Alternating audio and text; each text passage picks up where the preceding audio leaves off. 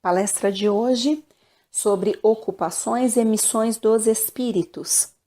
Inicialmente, extraímos de O Livro dos Espíritos, as questões que vão de 95 a 113, escala espírita. A classificação dos espíritos é baseada no grau de adiantamento, nas qualidades que adquiriram e nas imperfeições que devem se livrar. O número de ordens é ilimitado. Não há uma linha de demarcação como limite. Existe uma subdivisão que mostra as diferenças principais do conjunto. Assim, fica mais fácil determinar o grau de confiança e estima que merecem. O progresso do espírito se realiza gradualmente, mais num sentido do que em outro. Podem reunir características de mais de uma categoria. Pode notar pela linguagem e atos. Nesta escala espírita, nós apresentamos então 3 ordens. E nestas 3 ordens, 10 classes. Nós iniciamos falando da terceira ordem dos espíritos imperfeitos, que tem a predominância da matéria sobre o espírito, propensão ao mal, ignorância, orgulho, egoísmo e más paixões. Têm intuição de Deus, mas não o compreendem. Nem todos são maus, podem ter mais malícia e leviandade do que maldade. Têm ideias pouco elevadas, sentimentos mais ou menos inferiores, conhecimentos limitados, podem dar noções falsas e incompletas. Seu caráter se revela pela linguagem, revelam maus pensamentos. Para eles, a felicidade dos bons é um tormento. Sofrem pelos males que suportaram e fizeram sofrer. Por isso, acreditam que sofrerão para sempre.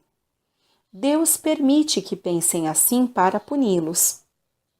Na terceira ordem, nós falaremos então de 5 classes. Iniciamos na 10ª classe os espíritos impuros, que provocam a discórdia e desconfiança, enganam, se ligam às pessoas para retardar o adiantamento e fazer fracassar nas provas. A linguagem é grosseira. São chamados vulgarmente de demônios. Encarnados, são inclinados aos vícios, sensualidade, crueldade, mentira, avareza. As vítimas são as pessoas honestas. São considerados como flagelos para a humanidade.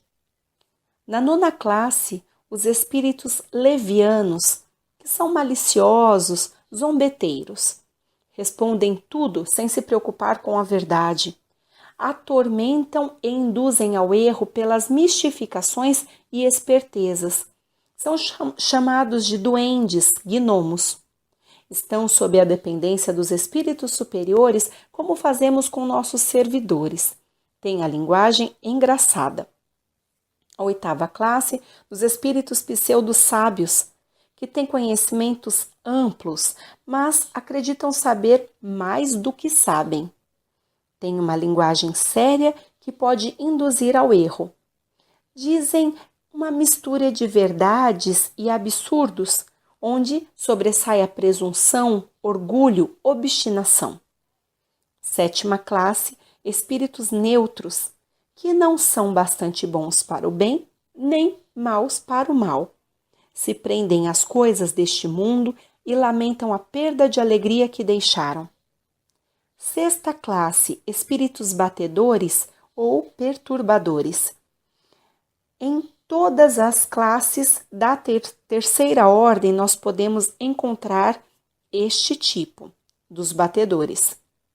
Eles irão se manifestar por efeitos sensíveis e físicos, como pancadas, agitação do ar, muito ligados à matéria. Principais agentes da transformação da natureza, eles irão atuar sobre a água, fogo e ar. Todos os espíritos podem produzir estes efeitos, mas os elevados deixam para os subalternos, mais ligados à matéria do que à inteligência. Eles servirão como auxiliares dos espíritos superiores. Na segunda ordem, nós encontramos os bons espíritos, que têm a predominância do espírito sobre a matéria. Desejo do bem, compreendem Deus e o infinito, gozam da felicidade dos bons, são felizes pelo bem que fazem e pelo mal que impedem. Têm que passar por provas até atingir a perfeição absoluta. Eles sugerem bons pensamentos, desviam os homens do caminho do mal, protegem os que se tornaram dignos e neutralizam a influência dos espíritos imperfeitos. Quando estão encarnados, são bons e benevolentes com seus semelhantes, fazem o bem pelo bem. São os gênios bons, os espíritos protetores, espíritos do bem. Nesta segunda ordem, nós encontramos 4 classes. A 5ª classe, os espíritos benevolentes, atuam com bondade, satisfazem-se em prestar serviços aos homens e protegê-los. Adquiriram progresso moral mais do que intelectual. 4ª classe, espíritos prudentes ou sábios, têm abrangência nos conhecimentos, preocupam-se mais com questões científicas, das quais têm maior aptidão. 3ª classe, espíritos de sabedoria, têm qualidades morais do mais elevado grau, capacidade intelectual dá julgamento preciso e sábio. Na 2ª classe, nós encontramos os espíritos superiores, que reúnem ciência, sabedoria e bondade. Linguagem é benevolente, sublime. São os mais aptos para dar noções justas sobre as coisas do mundo, dentro do que é permitido saber. Se afastam dos curiosos ou dos que são influenciados pela matéria e não praticam o bem. Quando reencarnam, é para realizar missão de progresso, nos oferecendo um modelo de perfeição para a humanidade aspirar.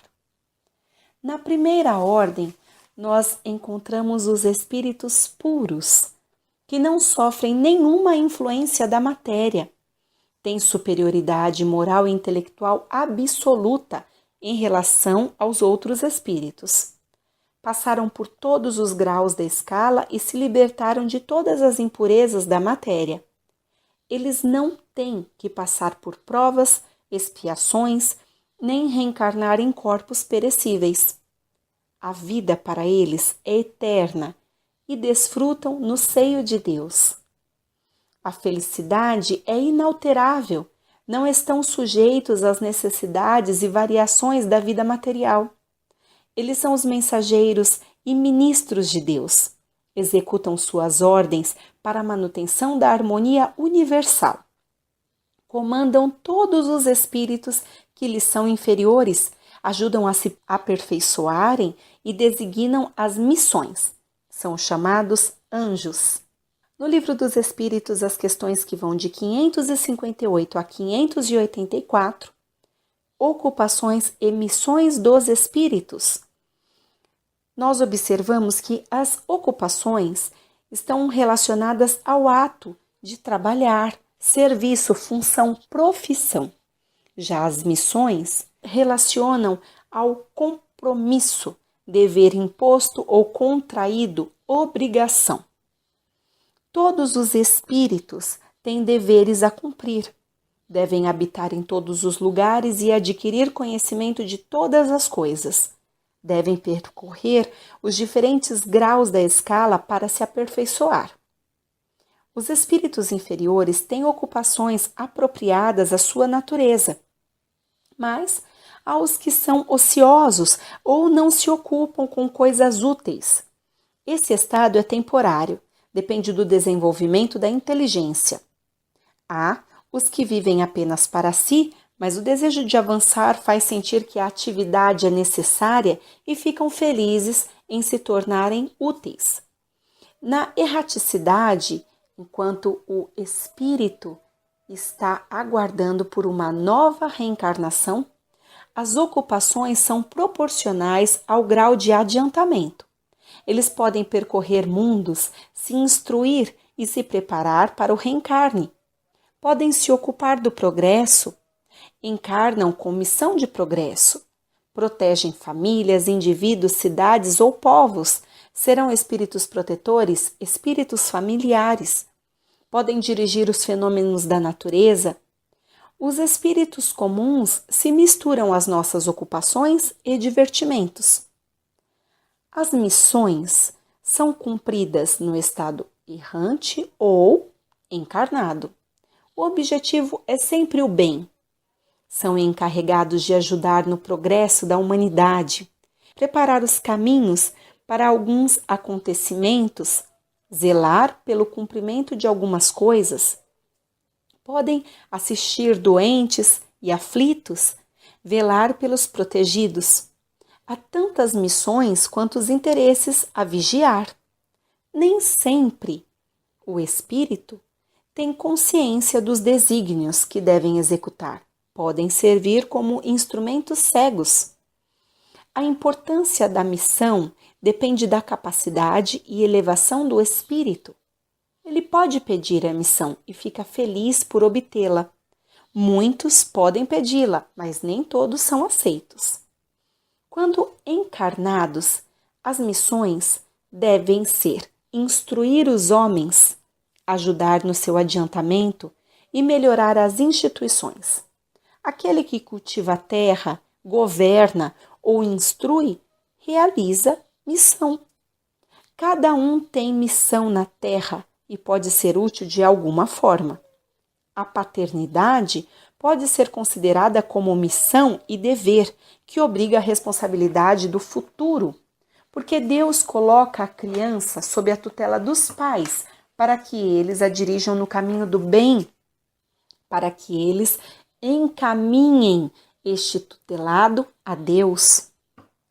Há pessoas que vivem apenas para si e não sabem ser úteis para nada. São dignos de compaixão porque expiarão sua inutilidade voluntária. Seu castigo começa na terra com o tédio e o desgosto pela vida. Os preguiçosos, que recuam diante do trabalho, compreenderão os inconvenientes da inutilidade, pedindo para reparar o tempo perdido. Podem ter escolhido uma vida mais útil, mas, quando reencarnam, recuam e se deixam levar por espíritos que induzem a ociosidade. Se reconhece que um homem tem missão pelas grandes coisas que realiza, pelo progresso a que conduz seus semelhantes. Estes homens podem ter conhecimento disso, mas a maioria ignora. Tem objetivo vago. A missão se revela após o nascimento de acordo com as circunstâncias, mas Deus os direciona pelo caminho. Um homem pode ser instrumento que um espírito se serve para executar algo útil. O espírito pode falhar na missão se não for um espírito superior. Daí, será preciso refazer a tarefa e nisso está a punição. Também sofrerá as consequências do mal que causou. Cada um é recompensado de acordo com suas obras, o bem que quis fazer e a retidão das intenções. No Evangelho segundo o Espiritismo, capítulo 17, o dever. É a obrigação moral para consigo mesmo e com os outros. Está entregue ao livre-arbítrio que o adverte e sustenta. O dever do coração eleva o homem. Deus criou todos os homens iguais para a dor. Sofrem pelos mesmos motivos, a fim de que cada um pese o mal que pode fazer. O homem que cumpre o seu dever ama a Deus mais que as criaturas, e as criaturas mais que a si mesmo. É juiz e escravo na própria causa. O dever nasce da razão e transmite à alma o vigor necessário ao desenvolvimento. A obrigação com Deus jamais cessa, porque deve refletir as virtudes do Eterno, que não aceita o esboço imperfeito. Deseja que a grandeza de sua obra resplandeça aos seus olhos. Lázaro, 1863. Todos nós temos missões, todos nós podemos ser úteis. Nós perguntamos, o que tem feito de suas tarefas, das ocupações, dos trabalhos, em seus cargos, como tem agido em suas profissões, como professores ou profissionais da área da saúde assistindo os doentes, suas missões como pais e mães, como tem agido. Deus nos dá condições de desempenharmos nossa tarefa, colocando ao nosso lado os bons espíritos para nos intuir e nos fazer avançar. Ele coloca em nossos lares os espíritos familiares e devemos tornar o ambiente doméstico favorável ao bem, com preces, com bons pensamentos, boas atitudes no lar. Praticar o bem e ter a certeza de que somos bem assistidos e direcionados por Deus. Além disso, lembrando que a escala espírita é para nós uma importante forma de sabermos analisar as comunicações e também as intuições que nos apresentam. Se estes espíritos estão realmente intencionados em nos conduzir para um caminho apropriado para a nossa evolução, ou se estão apenas pensando em nos fazer desviar do nosso bom caminho, se eles estão intencionados em nos fazer cair nas nossas provas, fracassarmos nas nossas provas.